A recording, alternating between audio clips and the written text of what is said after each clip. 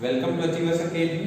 और आज हम लोग क्लास 10 का सेकंड चैप्टर जिसका नाम है पॉलिनोमियल्स वो स्टार्ट करने जा रहे हैं स्टूडेंट्स। तो पॉलिनोमियल स्टार्ट करने से पहले आपको थोड़ा आइडिया होना चाहिए कि पॉलिनोमियल्स होते क्या हैं। तो स्टूडेंट्स पॉलिनोमियल 1 वेरिएबल में भी होते हैं, 2 वेरिएबल में भी होते हैं, 3 वेरिएबल में भी होते हैं। तो इसका मीनिंग क्या है?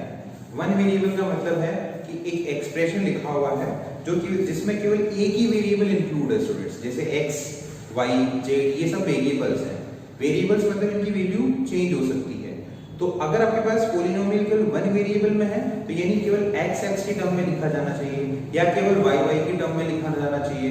तो एक ही वेरिएबल इंक्लूड होगा उसमें, दूसरा वेरिएबल नहीं आएगा स्टूडेंट। तो पॉलिनोमियल क्या है?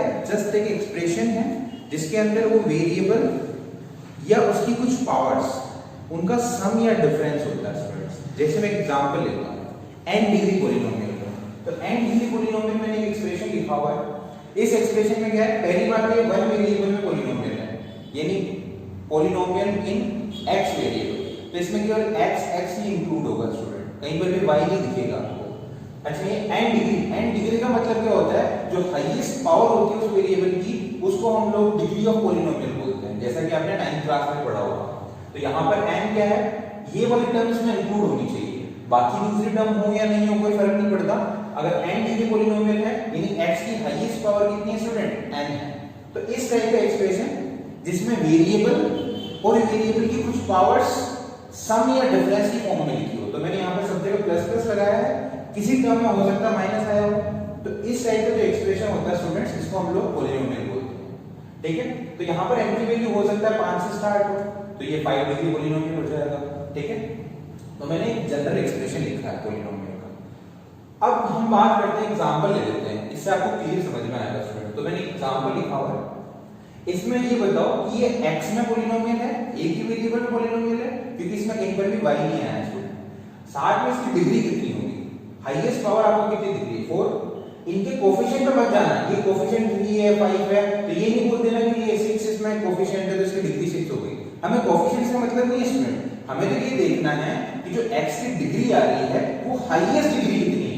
यहाँ पर क्या है? x की कोई भी पावर नहीं है, यानी यहाँ पर हम लोग इसको ऐसे लिख सकते हैं स्टूडेंट्स, x की पावर 0 यानी 0 पावर है। यहाँ पर 1 पावर है, यहाँ पर 2 है, 3 है, 4 है। तो हाईएस्ट डिग्री क्या होगी? 4 हो गई। हाईएस्ट पावर क्या होगी स्टूडेंट? 4 हो गई। तो ये इस पॉलिनोमियल की डिग्री है। तो यहाँ पर हमने क्या कहा? इसको डिग्री 4 का पॉलिनोमियल है। अच्छा, ये कोई जरूरी नहीं है, अगर मैं इसको इस वाले टर्म को मिटा भी देता स्टूडेंट तो भी इसकी डिग्री क्या है? 4 ही है।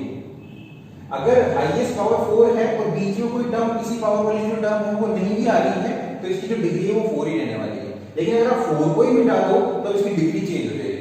अब इसकी जो डिग्री है स्टूडेंट वो 2 है, क्योंकि हाईएस्ट पावर क्या है? 2 है। क्लियर हो गई चीज? हम लोग वापस लिख देते हैं इसको, ठीक है। नेक्स्ट एग्जांपल लेते हैं इसमें।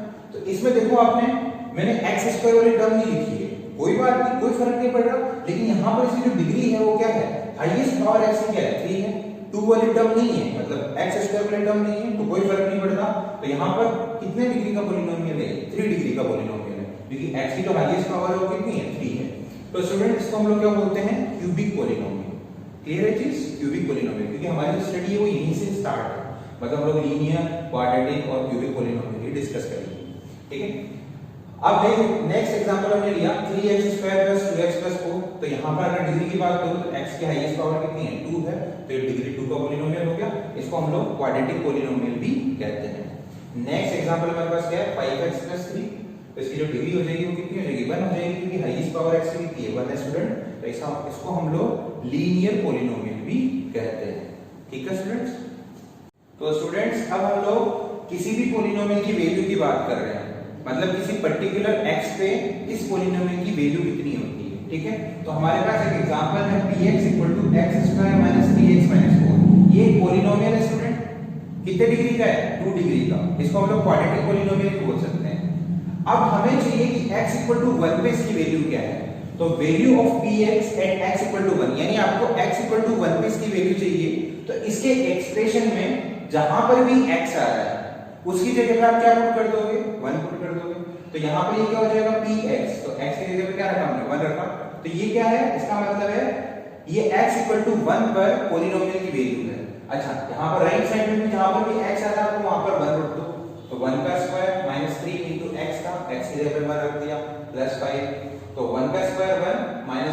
प्लस 5, तो इसको सोल्व करते हैं स्टूडेंट कितना आता है आपके पास 3 आता है।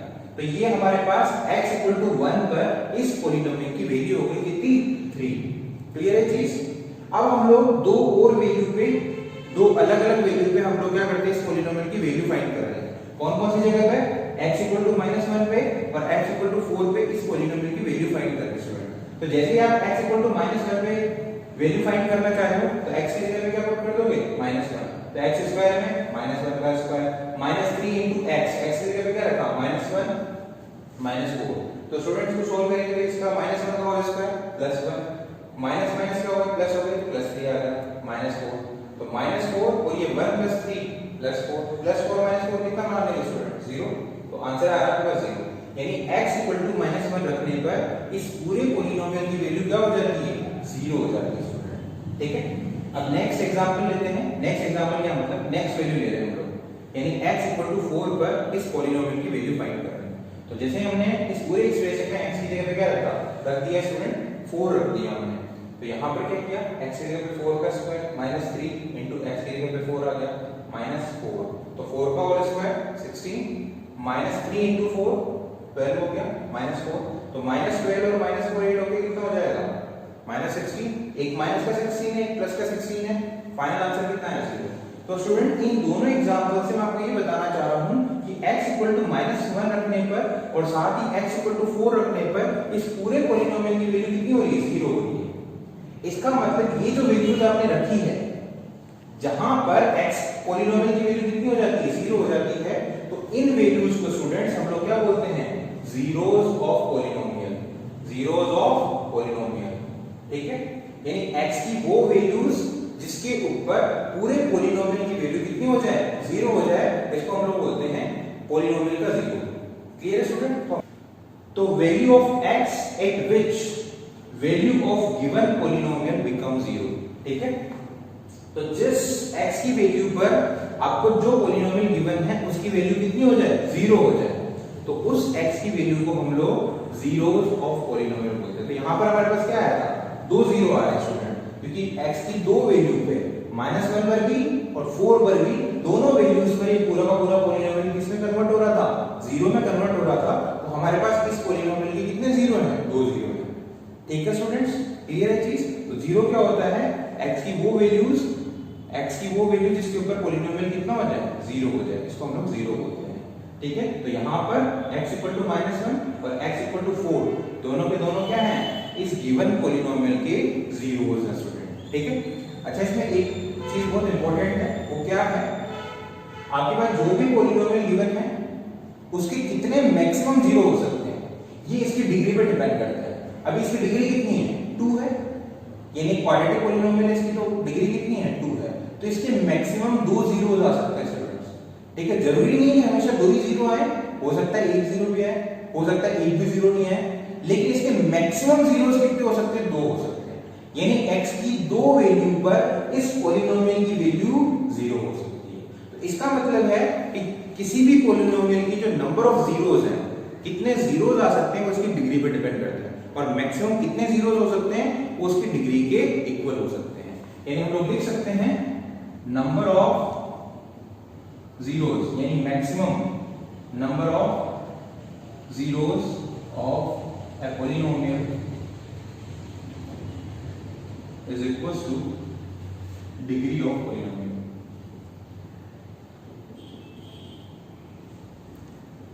ठीक है, तो जो भी आपके पास ये पॉलिनोमियल है उसकी डिग्री के इक्वल मैक्सिमम जीरोस ऑब्टेन हो सकते हैं। उतने ही होंगे ये जरूरी नहीं है, पर मैक्सिमम कितने जीरो ऑब्टेन हो सकते हैं वो डिग्री ऑफ पॉलिनोमियल पे डिपेंड करता है।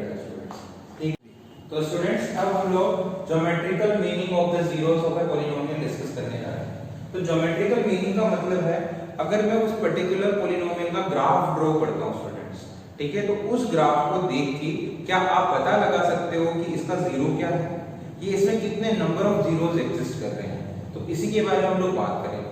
ठीक है, तो सबसे पहले हम लोग एग्जांपल ले लेते हैं एक पॉलिनोमियल जो कि लीनियर है स्टूडेंट्स, पर सबसे सिंपल पॉलिनोमियल की बात कर रहे हैं 2x + 3। ठीक है, तो इसमें जो डिग्री वो कितनी है 1 है, इसको हम लोग लीनियर पॉलिनोमियल भी बोलते हैं। अच्छा, कई बार इस px को आप y से रिप्रेजेंट कर देते हो स्टूडेंट, जो px है बार बार लिखने में ऐसा लगता है, इसलिए हम लोग कई बार इसको y भी लिख सकते हैं। तो y की वैल्यू क्या होगी 2x + 3। इसका जो ग्राफ बनता है स्टूडेंट वो कुछ ऐसा बनता है। वो ग्राफ ड्रॉ करना तो हमने 9th में सीखा ही है। क्या करना होता है, कुछ नहीं, आप एक टेबल बनाओ, ऊपर x लिखो नीचे y लिखो, तो x की वैल्यू पुट करो तो उसके अकॉर्डिंग y कितना मिल रहा है वो लिखो। तो इस तरह से आपके पास पॉइंट्स आ जाएंगे। तो इस कोऑर्डिनेट एक्सिस में उन पॉइंट्स को मार्क करो और फिर उनको ज्वाइन कर दो, आपको क्या मिल रही है, एक स्ट्रेट लाइन मिल रही है स्टूडेंट्स। ठीक है, तो इस स्ट्रेट लाइन में क्या है, एक तो ये जो लाइन बन रही है वो y एक्सिस को भी इंटरसेक्ट कर रही है और x एक्सिस को भी इंटरसेक्ट कर रही है। तो y एक्सिस को इंटरसेक्ट कहां कर रही है, y = 3 पे, और x एक्सिस को इंटरसेक्ट कर रही है कहां कर रही है, x = -3/2। तो अब हम लोग इसके जीरो की बात करते हैं। तो अगर मैं यहां पर x की जगह पे, इस पॉलिनोमियल में x की जगह पे -3/2 रखता हूं, यानी अगर मैं x = -3/2 पे पॉलिनोमियल की वैल्यू चेक करता हूं स्टूडेंट्स, तो देखो क्या आता है, इसमें जहां पर भी x आ रहा है क्या रखो, -3/2। तो 2 * -3/2 + 3, ये 2 से 2 कैंसिल हो गए, तो यहां बचा -3 और यहां बचा +3। तो फाइनल आंसर क्या आ रहा है, 0। यानी x की वैल्यू -3/2 रखने पर इस पॉलिनोमियल की वैल्यू 0 होगी, यानी x = -3/2 क्या है, इस पॉलिनोमियल का 0 है स्टूडेंट, इस पॉलिनोमियल का 0।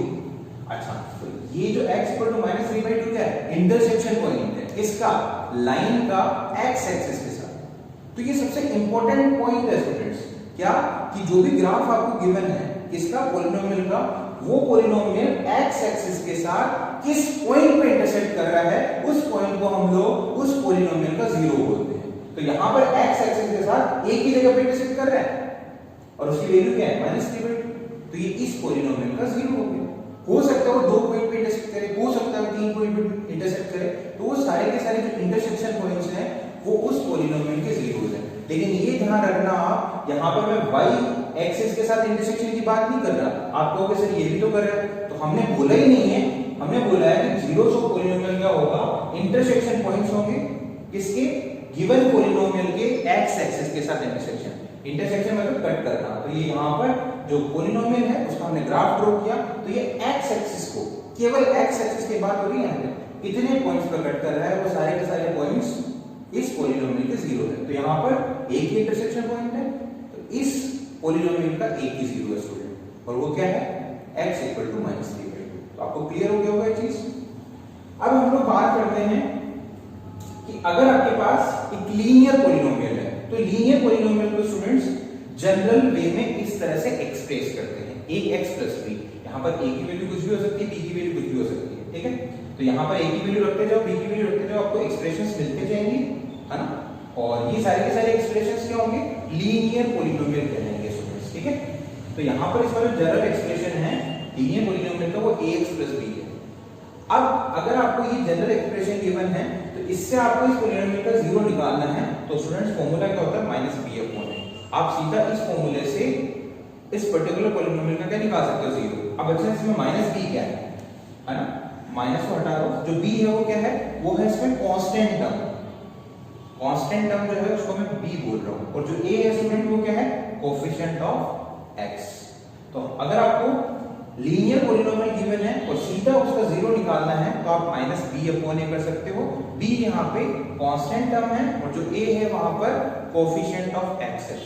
और ये कहां से आया, तो आप क्या करोगे, अगर ये चीज निकालनी है ना, आपको नहीं पता तो कोई बात नहीं, 0 निकालना है तो जहां पर भी px है वहां पे इसको क्या कर दो, 0 कर दो, क्योंकि हम x की वो वैल्यू फाइंड करना चाह रहे हैं जहां पर इस पूरे पॉलिनोमियल की वैल्यू कितनी हो जाए, 0 हो जाए।